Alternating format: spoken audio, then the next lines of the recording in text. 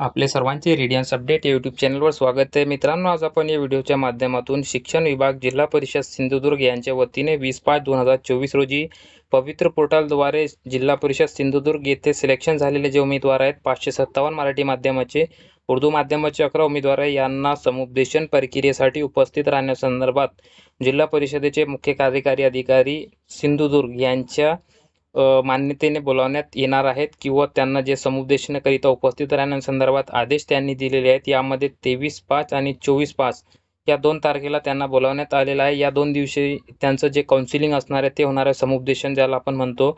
यामध्ये जे उमेदवार असणार आहेत त्यांचं जे इथे त्यांनी वेळापत्रक देखील दिलेलं आहे की कोणत्या वेळेमध्ये कोणत्या उमेदवारांच्या इथे किंवा किती उमेदवारांचं इथे जे समुपदेशन होणार आहे ते सांगितलेलं आहे.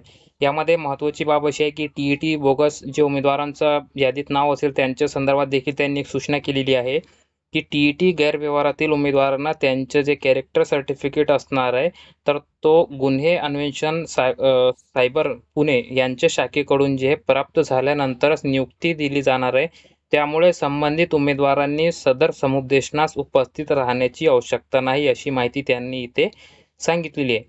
आता पवित्र पोर्टलद्वारे शिक्षक पद भरती मध्ये ज्या उमेदवारांची इथे 557 प्लस 11 इतक्या उमेदवारांना जे जिल्हा परिषद सिंधुदुर्ग येथे 23/5 आणि 24/5 ज्यांना जे इथे खालील पत्त्यावर बोलावण्यात आलेलं आहे, त्यामध्ये जिल्हा परिषद सिंधुदुर्ग येथील छत्रपती शिवाजी महाराज सभागृह येथे सकाळी 9 वाजल्यापासून समुपदेशनसाठी उपस्थित राहणे गरजेचे असणार आहे. यामध्ये ज्या उमेदवारांची समांतर आरक्षणातून निवड झाली असेल त्यामध्ये प्रकल्पग्रस्त असेल, भूकंपग्रस्त असेल किंवा खेळाडू असेल, या समांतर आरक्षणातून ज्या उमेदवारांची निवड झाली असेल त्यांचे ते संबंधित प्रमाणपत्र त्या कार्यालयाकडून पडताळणी करून घेण्यात येणार आहे. त्यानंतरच अशा उमेदवारांना जे इथे नियुक्ती दिली जाणार आहे. त्यांचं म्हणणं आहे की अशा उमेदवारांना देखील इथे उपस्थित राहणे गरजेचे आहे. आता शिक्षणाधिकारी प्राथमिक जे आहे जिल्हा परिषद सिंधुदुर्गचे त्यांच्या सहीने हा पत्र त्यांनी काढलेला आहे आणि इथे वेळापत्रक दिलेलं आहे 23/5 24/5.